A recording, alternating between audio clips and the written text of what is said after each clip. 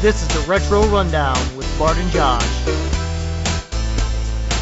This week we're covering the different type of video game variances.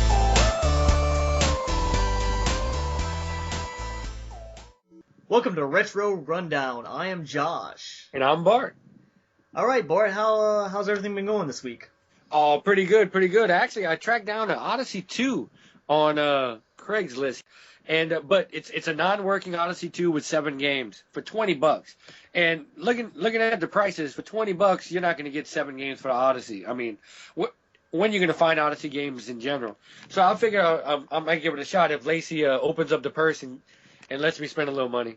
I think it was a pretty good deal. When I picked up my Odyssey 2, I think I spent about 50 to 60, maybe even $70. It's been a while since I had it, and I got the system in a few games. Well, I know there's not a lot of demand for the system, but it's so rare nowadays. I mean, talking about something that came out almost 40 years ago now. Yeah, true. I mean, and the Odyssey 2 is probably one of the, it's hard, but it's one of the smaller collections to get complete in. Yeah, I could understand that. It's really not a lot of games, but, I mean, how many variations of Pong can there be, right? Oh, yeah, but the Odyssey 2 had a few more features. I mean, if you look at, right. I think I'm thinking about the Odyssey 1. You're right. I never actually played the Odyssey 2, of course. I mean, I don't have one. So is it more like akin to an Atari 2600? It was going in that direction. To be honest, I mean, I've only seen clips. I haven't actually hooked mine up yet. It was one of those, I bought it before I moved and haven't really had a chance to hook it up. I got you. So what you got for this week in gaming, Josh? Pokemon came out in Japan, both the red and the green carts for the Game Boy in 1996. So that first Pokemon that ever came out? Yeah, it's the first gen Pokemon. It would be red and blue in the States when it finally came over, but it's red and green in Japan. Now, was any green Pokemon ever released in the States? No, there's never been any of. At one point, they did do a re-release of different titles, and they did come out with Leaf Green, which was a remake of the red and blue titles for the U.S. side. Oh, okay. Well, I figure we'll go into the news. All right, so the first thing on news today, the big thing throughout the whole week that everyone's been talking about is the PlayStation 4. For me, it's kind of exciting, but I'm still waiting to hear a little bit more news. How did you feel about it, Bort? Well, I mean, everybody knew it was coming. It's just well, I did hear some people say, well, maybe there won't even be another round of consoles, that they might decide to go with some type of just entertainment center. But really, that's what it is. I mean, the video games is almost secondary to a lot of the other features of it. But it sounds like they're still staying true to the video games on the system. Yeah, they're not getting too heavy into digital downloading right out at the gate. They're still gonna have the hard copies for a lot of different things, and the big thing that we might see for digital is streaming the old PlayStation games, and no telling what else they might end up streaming. Yeah, you were telling me about that. You know, I understood when they were talking about streaming to like a PSP Vita, but I didn't. They're talking about streaming to the actual system. Like, you won't download the games? From what I'm understanding so far, they might have a download option later, but they're talking about streaming almost like on it's called Gaikai. It's a cloud-based server in which that would be streaming games, almost like how OnLive was. It would use that, so that way you don't have to worry about using hardware emulators that would bog down and make the system cost more. This way you can stream the games. Downloading could be an option later on, but it's not being implemented right away. Which, I mean, PlayStation 1 emulators are already out there. You think that could be a software fix?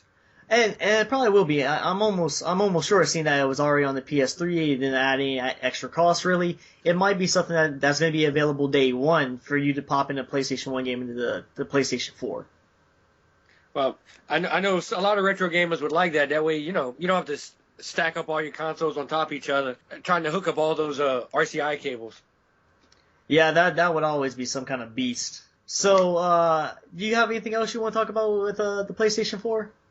Well, no, the only thing I like is that at least I don't even have my PS3 yet because the price is so high on them, and I like retro games. But whenever the PlayStation 4 goes out, I'll be happy to see the price drop on the PS3 and all the PS3 games, get into PS3 collecting. And one of the good things about with the PS3 is that when you get on the PSN, you'll be able to look at I mean, you have Steam. You know how Sega's done their collection. They have the same thing on on the PlayStation 3, and this way at least you get a nice, regular controller to try to be Altered Beast with. And now Capcom's released their arcade cabinet, and they'll be putting 1942 and 1943 all up there as well. Anything else on the PlayStation 4? I mean, not collectors wise. I mean, they have a few interesting features that's bringing it around where I'm not hugely sold on it. A lot of other people in the community seem to be talking about the share feature that PlayStation is bringing in, the huge social media push that they lacked in the last system. A lot of people talked about how Xbox had the online and the communication down, but Sony did not, and it looks like they're really trying to bring that home this time, where you can hit the share button and bring out clips from your games not too long after you're playing them, and then you can actually play with your friend. You can see your friend playing, not only see them, but see the game they're playing at the same time. And there's even talk about even remotely playing for them in certain events.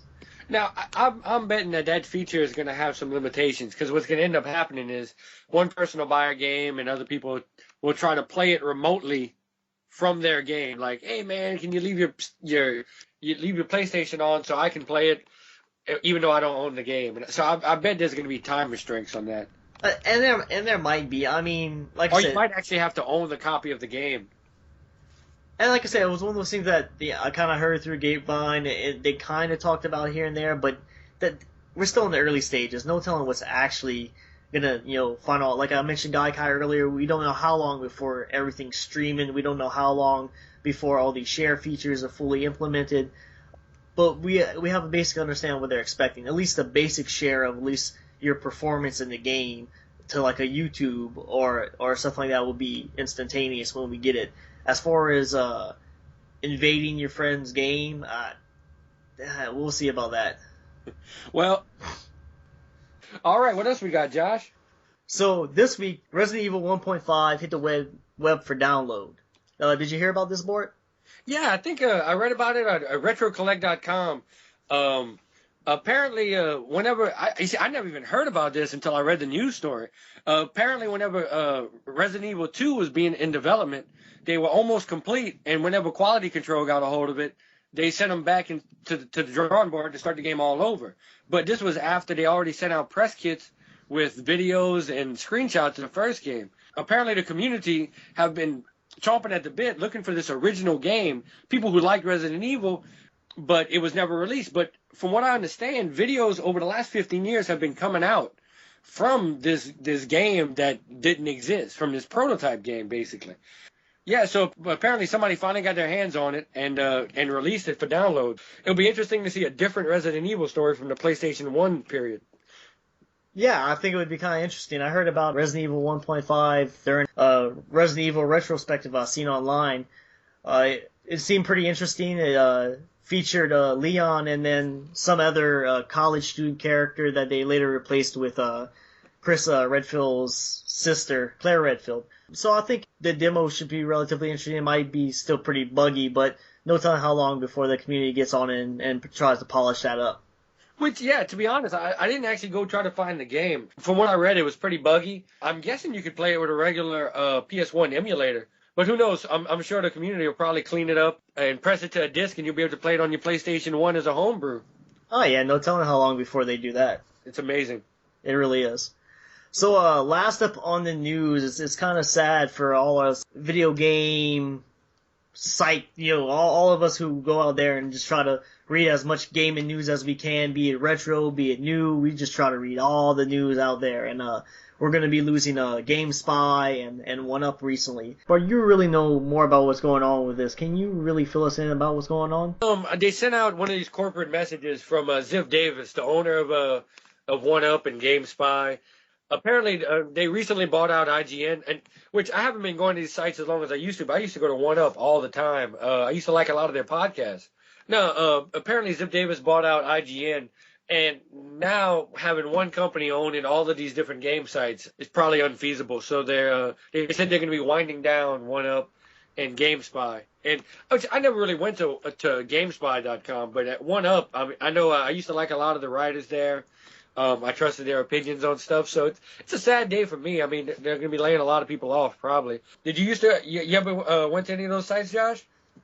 Never really went to GameSpot. I was more of a one-up guy when they first came out. They had some pretty decent news articles. They had different like just interest articles coming out about like nice little retrospectives.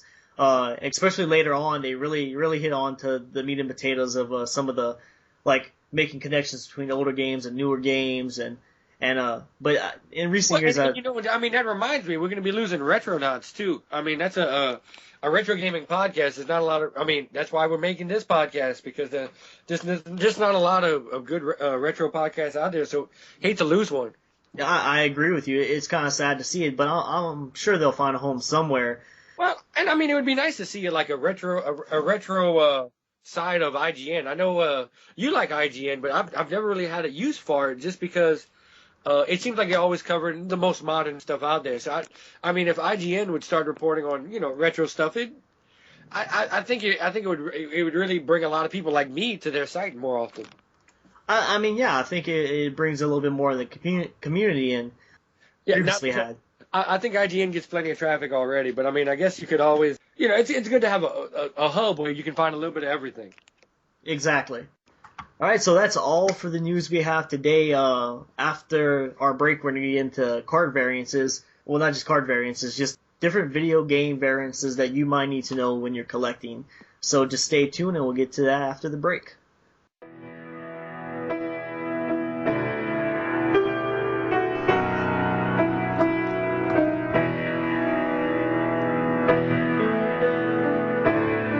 Rest in peace, GameSpy. And OneUp.com, you will be missed for all the good times you've provided all of us gamers out there. You'll be fondly remembered.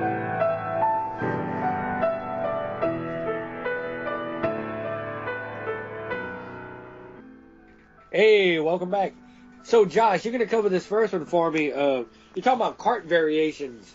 It's for people who really want to have. When you say you have a complete collection, you mean you have a complete collection, right? There's a lot of things that people don't realize with card variances, but let's start with one of the more known examples. If you're in the older crowd, everybody's familiar with the classic gold Legend of Zelda cart that you got, be it the Legend of Zelda or Zelda 2: Link's Adventure. Both gold carts, everybody knew they had them, and occasionally people will come across and see they had the gray cart. The main difference. A lot of people always came across assuming that the gray cart was extremely common, the gold cart was rare, and everybody wanted the gold cart. And I know, and every time I meet up with somebody, and just people at work or anywhere, I'm like, so hey, I heard you. They'll mention something about Nintendo. I'll say, hey, do you have any old Nintendo games? And they'll always say, if they have Zelda, they'll say, yeah, I have Zelda, the gold cart. Exactly, and it makes it sound like it's a little bit more special, but in all reality, the gray cart was really the rarer one, which is a slight thing that you wouldn't expect. You would normally think that the gold cart would be the rarer of the two. Well, I think the way you should look at it is the gold is like gold and gray is like platinum, right? In this case, it would be. It doesn't happen everywhere. I mean, just look at the World Championship carts. That was reversed, where the gray carts were like silver and the gold carts were gold. Yeah, that's actually one case where if you have look, if I had any World Championship card, I think I'd be pretty happy with it. Exactly, gray or gold. I mean, you can't really complain about either one.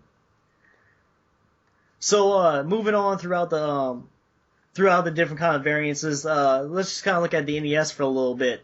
Outside of the gold and the gray cart, which is pretty much as far as officially released Nintendo carts. That's about all we're going to get, is the gray and the gold. So Nintendo never released any other color cart than the two Zelda carts?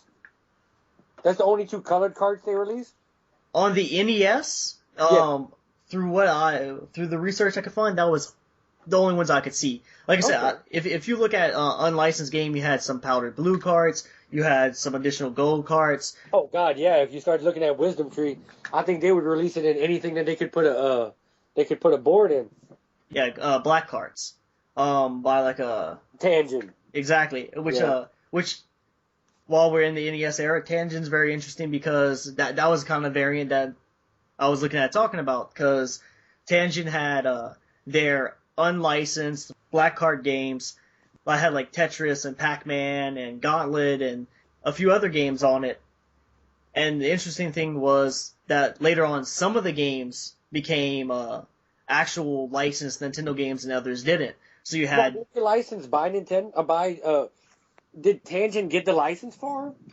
well, eventually, they had at one point they did because you had games like Gauntlet that was originally a Tangent card that actually became licensed for Nintendo later. You see, I didn't know that. In fact, now that I'm thinking about it, I don't know what my Gauntlet is. Now, which one's rarer? Do you know? Actually, that's not something I looked into immediately. I would figure the Tangent is because that's normally how it goes with those kind of cards. That the Tangents tend to be a little bit more rare, and you normally fetch a higher price for those kind of things. So if you're out there collecting and you see a Tangent card, and if you don't have one, you just might want to get your hands on, even if it doesn't look like a worthwhile game, because you never know what that might bring in. Yeah, because I know some Tangent cards run pretty low. I know the Tetris is worth more than the regular Nintendo Tetris. Yes, it is. I'm not very knowledgeable about all the Tangent games out there. And the thing is, like with the Tangent Tetris, that's a completely different game than Nintendo. It's different companies and everything. Well, they had 2 players, and I think that was the big pull for the Tangent one, was that you could play against your friends. Exactly, and Tangent was known as the better of the 2 Tetris games, actually. So what other variations? I mean, I know I've heard about the talking about 5-screw or 3-screw. Can you explain that one to the audience? Throughout different cycles in the NES life, they did different screw types. Sometimes, like what happened was that a lot of the older carts had 5 screws. And you know what? When I heard about it, they said supposedly the 5 screws are much easier to open.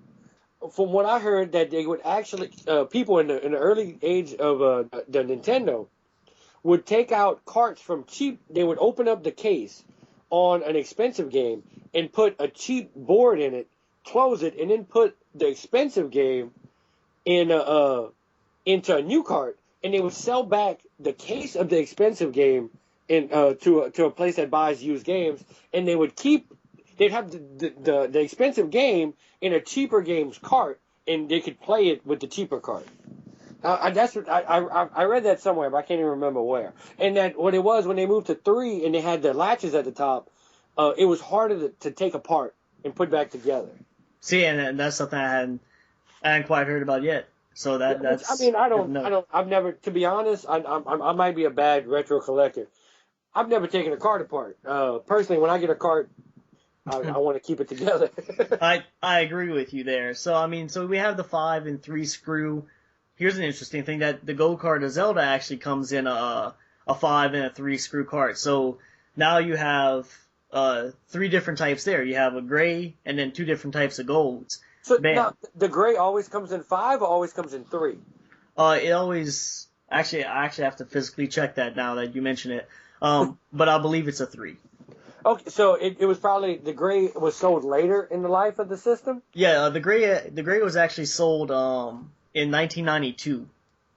Just that year? Oh, well, it was sold after 1992. It was sold extremely late in the lifespan, so it had to be a 3 screw. Okay. Outside of the screws, we also have variances in labels, which is interesting because not only on the NES, but Atari was known for having label variances left and right. On the Atari, the big thing was that not only was Atari distributing stuff, but so was Sears. So you would have, take a Venture for instance. A Venture had a text-based label by Atari and a text-based label by Sears. They had a picture-based label by Atari and they had a picture-based label by Sears. And then they also had the re-release of the cart later on that had its own picture label that was different. And this happened with like Combat and... Well, gee, you could have an entire collection of just adventure cards. It was like a lot of the early on Atari games had those different variances where it was like 5 of them, and at most of them had 3, at least for a lot of the early 2600 games. Man, I mean... I know I personally like the text cards. I think they look better, to be honest. The artwork on Atari games has never impressed me too much. Man, I mean, if you start collecting every variant, you could probably drive yourself crazy. You know, because even if you find a game, hey, I already found this game, but, you know, hey, this is a different variant of it. I mean, do you personally ever look at variants whenever you're collecting? Do you ever grab a cart and say, man, I already got Punch Out, but let me check the back, make sure it has 5 screws. Do you ever catch yourself doing that personally? I have on occasions, especially if it's a card I already know I have, and I'm like, well, look, they're selling it for relatively cheap here. What would I gain or lose buying this? If I think it's one from a later lifespan, maybe I'll get it. It's always good to have another card of a game, and if you can come with a variant at a cheap price, I don't see why not. Well, to be honest, what you'd almost need to do, which I'm always looking for a good database. There's a couple out there. But you almost need to keep a database of everything you got and the variant it is, just in case you're out there. Because, man, it's so hard to remember these rare variants. I know I read up on a couple of the screw variants, and some of them are very rare. But, man, how do you remember all that whenever you're out there searching in the wild, right? Exactly. I mean, it's something that you just kind of have to know for. You have to know that you're going out looking for games that day if that's what your mission is. You just can't be like, oh man, I'm going to go stop by a Goodwill one day and go walk in there and be like, yep, this is what I'm going to get. And you walk in there like, oh, I already have this game. Oh, do I have that variant? You shouldn't bring that list with you all the time. So it's still kind of a gamble. Well, I mean, it'd always be good. I know that we got some local game stores. And a lot of your local games, like we have a place called Play and Trade. The guys over there are pretty quick. They value everything about what it sells for.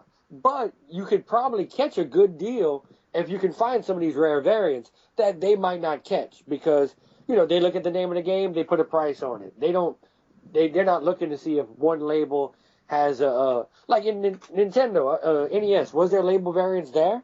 Oh yeah, there was a number of label variants. Probably the one that collectors like me and you might know, but a lot of the major public doesn't catch is the difference in between round and oval labels. In the early Nintendo carts, they had round labels, the Nintendo seal of approval. It says Nintendo approved, or what? I forget what it says exactly. Exactly. Well, that seal was originally black in a circle, and those were released in the 1985 to 1986 range. But in 1989, they switched over to the white oval shape. Very popular games, Mario Duck Hunt. In any of the older games that were still being published, came out with these two different Nintendo seals on it. And not only do we have that, we have things like games like Hogan's Alley. You buy the game, it has the same front label, it has the same Nintendo seal, but there's certain tops. If you look at it, one has an orange Hogan's Alley, and the other one has a white Hogan's Alley. And so that's a small variant. A lot of people don't catch that kind of stuff. Is any of them a very rare variant? Some of them a little bit are because there's some games that were published like around 1988 and they didn't have a major publishing at first, but it kind of caught on in 1989. They had a larger one, so they had way more oval than they had round. So the round seals would have been, it would have been more rare for the round ones. So you probably could catch a buck or two more, but I can't think of any of those off the top of my head. Well, shoot. Do you have a certain site that you found a lot of these at?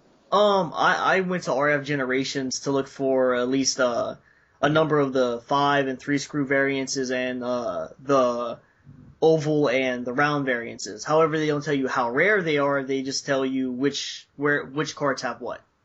Oh, I got you. 'Cause man, I can't remember what site I went to. It wasn't RF Generation, but was it in the forum or was it in a? It was in the database. It was in the database itself. Okay. Yes. So that's I mean, yeah, RF Generation is a good tool. Is there any others that you looked up? The last thing I really wanted to mention on the NES was they also had the occasional completely different label, Metroid. Metroid was the prime example of this, where when it first came out, it had a gray card. Like it was a regular gray card with the label. It was the in-game graphics with Metroid written under it, and later on in the lifespan, towards the re-release when they did the Zelda and everything around 1992, they did a card where it was like a yellow label with Samus drawn on the front with Metroid on it, which was a really nice looking label. Being so late in the life, it's probably the rarer one too, right? It is. Which going back to the oval and the circle again. Once again, the Zelda Gold card actually had those as well. So amongst the Zelda games alone on the NES, you can actually have 4 different kinds of Zelda cards. And that's each game, 1 and 2. Actually only 1. The second game only had 3.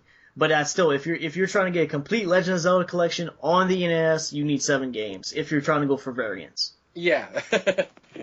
And then after you get all 7 of those, good luck finding 7 that have working batteries inside of them. Exactly. I know my game. I gotta beat if I want to beat it. I gotta beat it on 1 playthrough. Battery dead, right? Yep. So, is there any other systems that you checked out? I also looked at the Super Nintendo, believe it or not, which isn't really known for its variants, and a lot of people don't collect variants on it, but they do have certain things. Like, you don't come across a lot of seals or whatnot, but you look at certain games and you'll find that some are made in Japan and some are made in Mexico.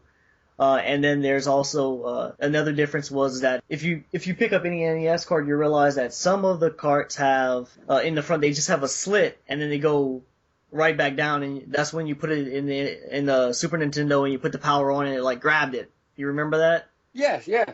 Yeah, so that they had that slit there, but certain carts have a depression instead, where instead of having it where it locks into a slit ahead, where like it's hard to describe. But like the cart, if you look at the cart front, it looks depressed instead of just having that slit straight across. Yeah, I kind of remember what you're saying. I mean, I do remember that there was little differences, but of course, not thinking about it, I always assumed that each game was made with one type of cart.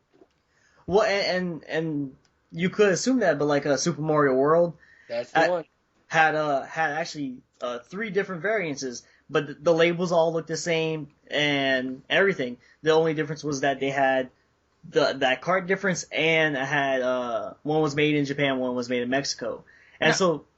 Oh, I was gonna say, was there a certain year that they changed card style, or was it a certain when they went from Mexico to Japan, or? I was really trying to find that, but it was to find sources from other people. A lot of times when I was looking at stuff, people had just put whatever, and what I really need to do is actually look behind the game and go like, oh, this is copyrighted from this year, this is copyrighted from this year, and I just hadn't gotten around to that.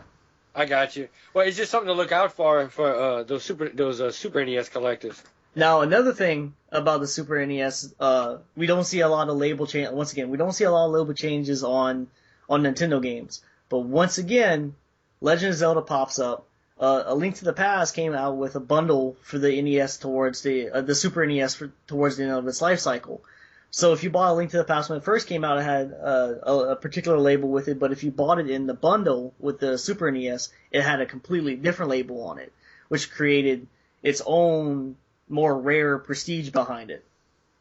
So now, once again, Zelda's leading the way with card variants. Well, yeah, I mean, and was there now Zelda's were all gray cards on the Super NES though, right? Correct. Outside of Killer Instinct. Killer Instinct, black card, yep. Outside Killer Instinct, the other one was Maximum Carnage, which was a Spider-Man game featuring Carnage from the comic books, which was a red card. I've seen the card, yep. And they had one other red card. I can't remember what it was. I think it was Doom. Doom was the other red card, and that was the only obscure colors really on the Super NES. Now, I know Nintendo 64 is a whole other matter when it comes to other cards. I know I've seen a rainbow of cards on there. Nintendo 64, that's where a lot of color variants. Because you had color variants for carts, you had color variants for controllers, you had color variants for consoles, you had clear controllers, you had clear consoles, you had the N64 when it comes to collecting card variances in Nintendo, it's the most obvious because it's like they suddenly learned how to dye plastic, right? Exactly. It comes down to the purely probably the easiest way to collect variances on the N64 because it's color. It's all you go for color. But outside of that, I mean, they have a few other variances. Like in the modern age, we see it in collector's editions, limited editions, greatest hits. One thing I came up against talking about greatest hits, I remember when Advent Children was released. I had Final Fantasy VII, and I saw it was selling for like $60, $70, $80 online because the Final Fantasy VII was all the rage.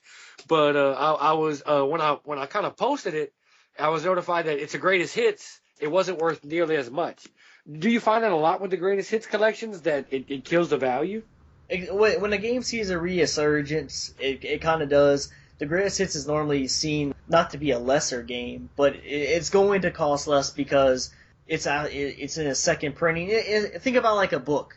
The first printing of the book, that first edition's always going to be more of that author ever hits off. Like if you have a first edition, like even the modern age, if you have a first edition of Harry Potter in comparison to like one of the thousands of reprints later, and that thing is signed by the author, it's gonna be worth way more than the later editions. Same kind of thing is gonna apply with video games. Those earlier first editions are normally going to be your rarer ones. Well, I mean, not always, but well, I know, especially when you do with rare hits. Well, I know with the newer games, they have the Game of the Year editions that normally come with a lot of like DLC that wasn't included, or updates, and they're updated without the same bugs.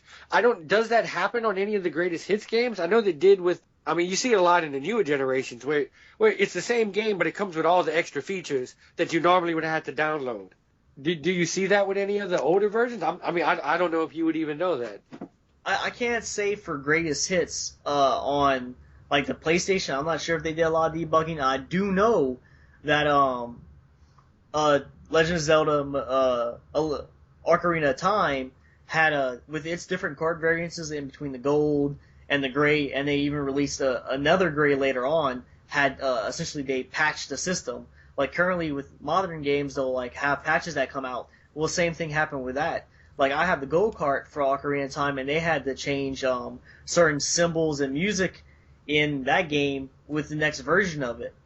So you will see that in different releases that they might be small changes in games. Not for all of them, but occasionally that will happen. I've always wondered that because, I mean, it's well documented in modern games because they have these Game of the Year packages. I'm not sure, like, in the NES age and Super NES age and Nintendo 64 age, I'm guessing people had to realize that certain games were buggy and certain games had to be fixed later on. And, is there variance inside, like, well, the actual game is different over, a 4 or 5 year period. I mean, I don't know anything about it, actually, to be honest. And if any of the audience would email us with any cases that they know of, I'd find that really interesting. I mean, probably one of the more prominent examples, which it wasn't fixing bugs, probably might have been with Mike Tyson's Punch-Out when it became Punch-Out. And well, that's fixing people's criminal records. Well, actually, what happened? What had nothing to do with his criminal record, believe it or not. It was just that they personally lost the license. The license. He just didn't re-sign the license, and then he got in trouble later on. It was actually his loss to Buster Douglas that caused him not to want to sign again. Oh, okay. Yeah. See. You see? I didn't know. I was so smart. Yeah.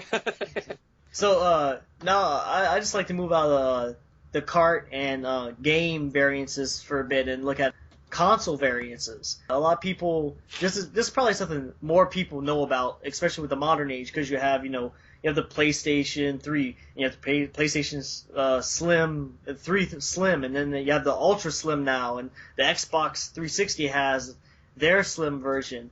What people might not know, I mean, even some collectors, when they first start, they don't realize that the NES had a top loader version, or the Super Nintendo had a mini Super Nintendo. And I mean, like the N64, the GameCube, and we all had different colors that people might have missed. And then well, and not to mention, don't forget, not just talking about Nintendo, Sega's multiple variations, and which even the PlayStation's multiple. I'm sorry, I cut you off. See, that's what I was getting into. Don't worry. Because Sega, for the Sega Genesis or the Mega Drive, they actually had 4 models of the system. Most people know of at least 2. They know the 2 different main versions of big red. I remember there was a big one with a lot of red on it. Yeah, there was a big one with a lot of red, and there was another one that was kind of black, and it was kind of black with like a silver trim on it. Later on, they released the Genesis 3, which was a very small console. I mean, it was like the size of the top loader. And then the last one they released was the Sega CDX, which combined the Sega Genesis and the Sega CD into one console, which was actually about the size of the original Genesis. And the CD system was better on it. It worked really well. It wasn't a big clunky system. You could put on the 32X, even though I don't know why you want either one of these things on it. You could, and it wasn't such a beastly looking thing. And like you were about to mention with the PlayStation, the original PlayStation had an interesting one when they came out with the PlayStation. They did the PlayStation Mini, and then they did the PlayStation 1 with the LED screen on it, which that was a pretty interesting take. And then the PlayStation 2 and then the PlayStation 2 Slim. The one that I really wanted to get to after doing all those, the one that most people, I can guarantee you, don't know about, is that Intellivision actually had a second version. The Intellivision, way back when, before the video game crash in 1983, Intellivision had two versions of itself, and one was a smaller one. But wasn't Intellivision 2 a No. separate system, or it was just a different look of the original system? Intellivision 2 was just a different look of the original system. I thought it was a new system. It did fit the same games though. I mean, so I thought it might have been backwards compatible, but I wasn't sure.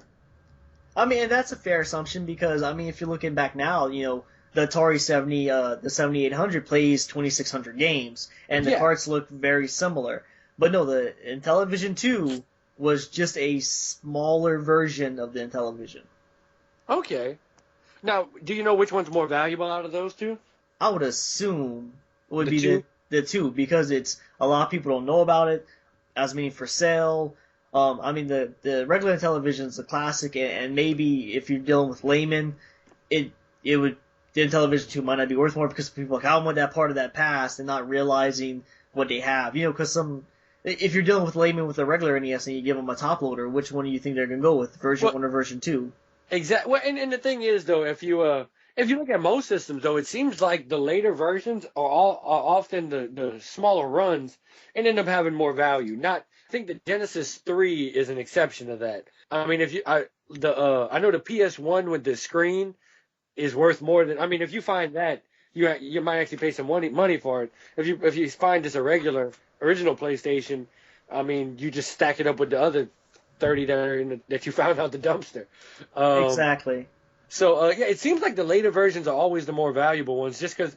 Now, I could be wrong. The Genesis 3 isn't the most valuable just because it was so cheaply made, right? The most valuable of those Genesis models is the Sega CDX. Yeah. My hands on for about 2 or 3 years now.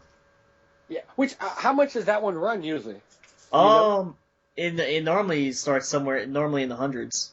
Which I know you mentioned that earlier. Just you never know who's in the audience hasn't heard of it. In case y'all aren't aware, the top loading NESs run for probably well over $100 now, right, Josh? Give or take. It depends who's selling it. I've seen some for less than that. It depends where you're going. Depends if you have the box, I guess. That's a big difference too, usually. Exactly. If it's kind of loose and out there, you could probably pick it up for less than that. Okay. Now, would you count that as variations or the new retro duos and retro trios? Would you count that as variations, or since they're made from a different company? I guess not. No, those are just clone systems. I mean, they don't even offer all. I mean, you can't even play all the games on most of these consoles. They're just there for if you're looking to save space and you're trying to not worry about your regular consoles too much, and you don't want to have all these connections all over the place. It's just kind of nice to have those, just to not have 4 or 5 systems and all those wires hooked up at the same time. I got you. Outside of that, I mean, I could go into handheld variances, but that's just a whole different story, and handhelds are a completely different beast that we'll have to tackle another time.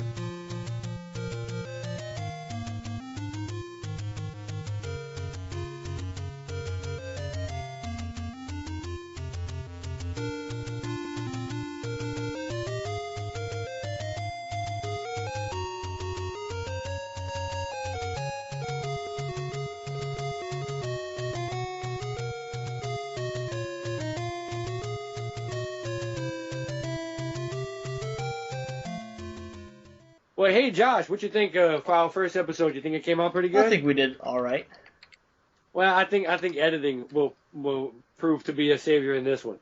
So, hey, well, you can catch us at retrorundown.com. Right now, we're actually looking for a home. We're just setting up our website, but we don't want to set up a forum because there's so many good retro forums out there. I mean, our generation, the Retro Gaming Roundtable, and they got a Tory Age and Nintendo Age, and I know you can't name everybody. There's tons of great sites out there. And what we'd like to ask the community is if there's one of these sites would have a home for us where we can have a sub-forum for conversations about our show. Instead of trying to start a brand new forum and having everybody have to have another website they have to go to, we'd like to find a home with one of y'all. So just send us an email. You can email us at bart@retrorundown.com or josh@retrorundown.com. info@retrorundown.com is the main email. But just email one of us with your ideas of a site that we could go on, or really anything. Email us telling us just how terrible our show was, or tell us about the great finds you had this week in gaming. I don't care. If you email me, I'll read it. If it's funny, I'll put it on the show. Seriously, we're looking for a home. It's just an idea we had. If we have to, we'll create a forum on our own page. We'd really like to become part of one of y'all communities, you know? We're already part of it. I mean, we have sites that Josh, how many different logons do you think you have to retro sites? Oh, I don't even know. I mean, I've been on Digital Press. I've been on, RF Generations for a while. I've been on Nintendo Age here and there, and no telling how many logins I have for gaming sites.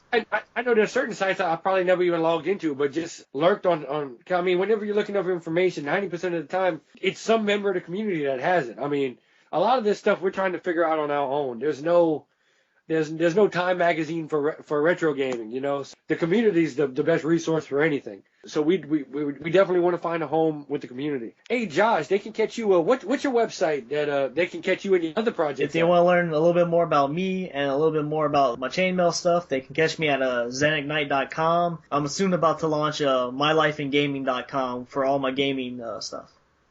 Well, that's cool. And you can this is about all I do. This and raising children. You can just catch me at retrorundown.com. And right now the site's still under construction. It's not quite where we want it to be yet, but I know Josh. To be honest, Josh is the man behind all the editing of this show, and he's going to be doing the website for us. Josh, I really appreciate the work you're going to be doing for me. Not a problem. For us. But I guess. So what you think, Josh? We did pretty good? I think we did pretty well. Like you said, we'll catch you in editing.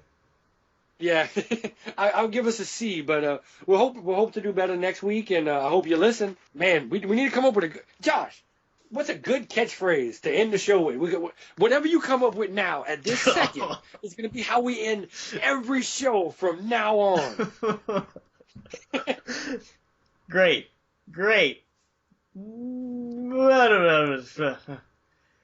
Not that.